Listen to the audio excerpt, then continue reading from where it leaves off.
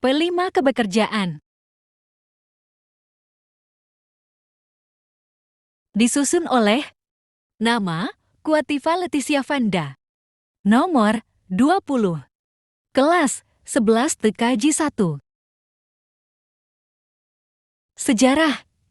Tahun-tahun 2012, PT NET Mediatama Televisi ingin membangun sebuah televisi yang membawakan sebuah revolusi media yang maju dan lebih modern. NET News and Entertainment Television adalah sebuah stasiun nasional di Indonesia yang didirikan pada 18 Mei tahun 2013 dan resmi diluncurkan pada 26 Mei tahun 2013. Pemilik dari NET TV ini sendiri yaitu konglomerat Agus Lasmono Sudwikatmono Komisaris Utama NET dan Presiden Direktur Indika Group dan Wisnutama Kusubandio Direktur Utama NET. Visi dan misi. Visi untuk membangun sebuah perusahaan media yang menarik dan membuat kontribusi positif bagi kehidupan masyarakat Indonesia. Satu, untuk menghasilkan produksi kreatif, menghibur, dan menarik kualitas isi melalui berbagai platform. 2. Untuk memberikan para pemangku kepentingan dengan media inovatif untuk menjangkau khalayak yang muncul. 3. Untuk menarik, mengembangkan, dan mempertahankan bakat-bakat terbaik dalam industri. Ruangan di NET TV. Mobil NET Hadi digunakan untuk keperluan syuting di luar. Ruang meeting digunakan untuk melakukan rapat dan mengedit video. Control room digunakan untuk mengontrol berbagai konten-konten yang akan ditayangkan. Ruang properti digunakan untuk menyimpan properti syuting. Dokumentasi, ruang meeting, ruang properti, ruang syuting, control room, gedung NET. Itu untuk kong kali kong atau omong-omongan sama antara yang berproduksi dengan yang di dalam control room ini gitu. Nah tadi teman-teman juga di depan sempat foto di depan mobil gede, itu namanya jadi ada hobby van, terus ada truk juga. Jadi kalau yang di depan itu namanya truk dan isinya kurang lebih sama isinya kayak control room. Isinya tuh kayak ya control room gini. Itu kegunaannya kalau misalnya kita syuting di luar nih. Syuting di luar nggak mungkin kita bawa kayak gini kan. Jadi itu gunanya truk atau hobby van tuh nanti kita lihat di luar. Itu ada lebih kecil, lebih mininya lagi. Itu untuk teman-teman kayak syuting di luar yang khusus freelance atau berita kayak gitu. Tapi kalau misalkan teman-teman ada pertanyaan nih, gimana nih mas kalau misalkan dalam satu hari ada dua tapping program berbeda. Jadi kan control room cuma satu, otomatis kita butuh control room satu lagi. Nah itu kita pakai yang truk tadi itu. Jadi itu bukan untuk sesuai kayak syuting luar aja, tapi misalnya dalam satu hari ada dua program setting yang berbeda, nggak mungkin kita cuma pakai control room satu aja, pasti kita pakai dua control room biar nggak tabrakan kayak gitu. Ada yang tanya nggak sebelum kita lanjut buat? Ya? Jadi teman-teman sempat dengar, aku kan bilang truk atau outside broadcast itu jadi ini dalamnya tuh kurang lebih sama kayak control room tadi itu, cuman dia lebih ringkas, lebih kecil gitu loh. Jadi kayak kalau tadi dalam tuh banyak banget divisinya kan, mungkin yang dalam sini divisinya cuma yang program director dan yang sepenuhnya aja, jadi nggak semuanya untuk sini kayak gitu. Dan dalam tuh lebih agak sedikit lagi karena banyak barang-barang untuk syuting kan, jadi untuk atur programnya kita sedang berlanjut kayak gitu. Kita boleh langsung jalan sini.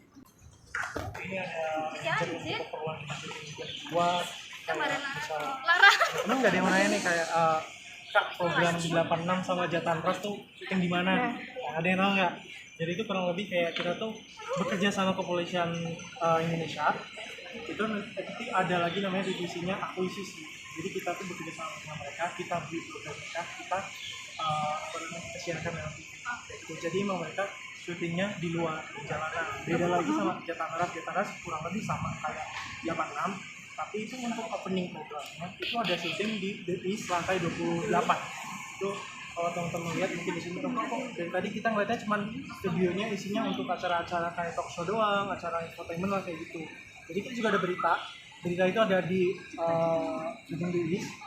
itu kantor kita di lantai 28 itu ada berita fakta ini, sama juga ada untuk syutingnya Clockwork. Kalau teman-teman lihat Clockwork yang bisa Indra Jegel sama satu lagi Surya Sato itu di lantai 28.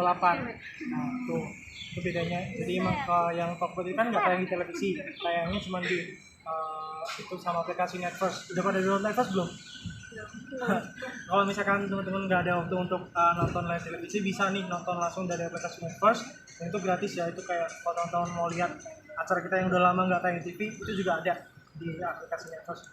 Jadi kalau yang sebelah sini ada namanya tadi hobby fan atau konsep broadcast fan, kurang lebih sama kayak truk ini dan juga tahun, tapi dia lebih kecil dan lebih kecil. Jadi kayak misalnya yang tentang redaksi yang berita mesti kita lebih kecil nih fan terus yang Tonight Show ya. Nah biasanya itu per bulannya ada lagi nama program kita Tonight Festival. Itu terbuka untuk umum, mau berapapun yang nonton silakan. Kayak di sini itu kayak di depan tuh ada panggung tuh. Nah itu tempatnya Vincent, Desta, Boyen sama Teh Hesti untuk buka acaranya di situ. Dan biasanya tuh penonton dari luar tuh ya yang menuin ini nih, menuin area bawah, menuin area atas. Kayak biasanya itu kayak untuk penontonnya ada yang dari luar, ada yang ex-intern, ada juga karyawan, ada juga mungkin teman-teman dari kampus-kampus atau juga SMK-SMK kayak gini. Kalau sebelumnya itu ada juga dari SMK Salatiga kalau nggak salah, itu sekitar 600 orang yang datang. Tuh. Tapi yang nonton Tonight Show yang di studio cuma sekitar 60 orang. Nah sisanya mereka datangnya malam untuk nonton Tonight Fest. Jadi Tonight Fest itu kurang lebih sama aja kayak Tonight Show sih, tapi lebih ke konser. Gitu. Kalau sebelumnya itu kita ada bintang tamu yang kemarin itu namanya Rizky Febian sama Biaser. Tapi kalau bulan ini belum tahu, dan bisa dengar katanya kita bakal ada lagi di besok. Tuh, jadi mungkin ya untuk bintang tamunya sih kurang lebih sama ya 2 lagi. Karena kurang 3 sih bintang tamunya, dan itu emang kalau Tonight Fest bintang tamunya mereka jadi undang itu penyanyi semua. Karena kan emang ini kan kita ambil temanya itu untuk ya konser-konser kan untuk kita tonton gitu. Jadi emang Tonight Fest itu diadakannya kadang sebulan sekali atau mungkin 2 bulan sekali kayak gitu, karena itu nggak apa ya, nggak organisasi. Jadi kayak kalau misalkan ada slot yang masuk ya nggak mau kita buat yang namanya festival. Itu bisa itu nanti ada makanan gratis, ada minum gratis, jadi betul-betul datang ke sini gitu kayak itu emang terbuka untuk umum kayak gitu.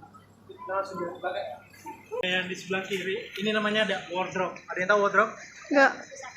Ya, jadi kayak wardrobe untuk makeup artist semuanya best kayak makeup mereka di sebelah sini.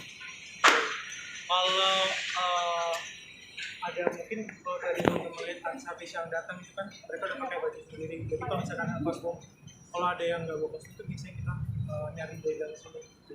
Walaupun emang ada yang syuting di luar atau syuting yang benar-benar kita butuh prepareannya, kostumnya yang benar-benar prepare itu yang kita nyiapin dari sini. Yang penyiap itu bisa profitnya nggak wardrobe itu omong-omongan sama yang jadi yang kita gitu.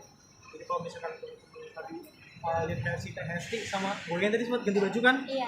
Nah, iya itu mereka ambil wardrobe-nya tuh di sini. Jadi mereka berangkat dari sini, terus nanti ambil lagi ke tempat yang dalam tadi ada lounge itu, mereka ganti di situ atau di situ tempatnya mereka istirahat di situ kayak gitu. Jadi emang kalau untuk usaha dan lain-lain mereka keluar masuknya di sini.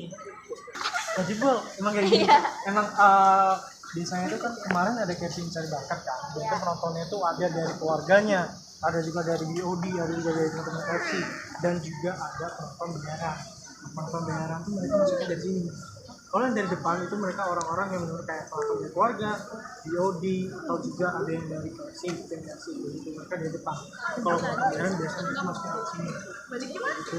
Nah sebelah kiri ini ada yang di atas itu ada properti, jadi ada tangga. Itu tempat set properti atau teman-teman properti. Tadi kan waktu teman-teman nonton Tonight Show gitu. Nah sebelah kiri ini ada yang di atas itu ada properti, jadi ada tangga. Itu tempat set properti atau teman-teman properti. Tadi kan waktu teman-teman nonton Tonight Show di dalam itu yang terakhir itu ada kipas-kipas dan lain-lain. Ya itu yang beriset atau resepnya itu program properti. Jadi mereka saya tuh butuhnya apa, ya udah mereka ngambil atau buatnya di sini.